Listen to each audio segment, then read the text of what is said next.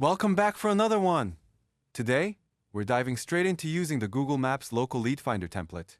It's super easy to find, just look inside the template marketplace. And hey, if you're not sure where to look, don't worry, I've got a video that walks you through it. The agent operates in stages. It pulls the location, category, and data count from n8n. It then uses this information to build and visit a custom URL. Finally, it runs a loop to continuously extract data and scroll until all results have been loaded. It extracts data like the name, phone number, and location. Finally, it sends all that collected information straight back to n8n.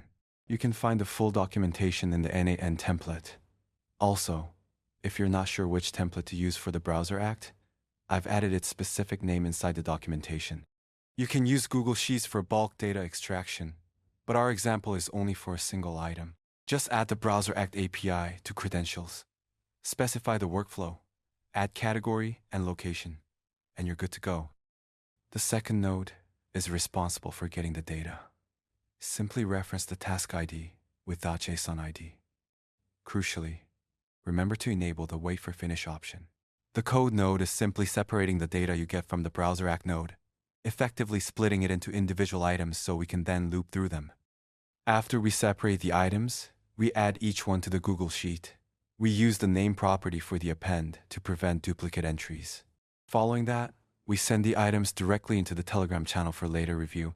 Also, don't forget to add the credentials for Telegram and Google Sheets. And there's the result. This data is now perfectly formatted. You can either feed it into a different workflow or use it right away by hand. Speaking of using it, let's jump over and see what landed in the Telegram channel. And this is how it looks. That's all for this video.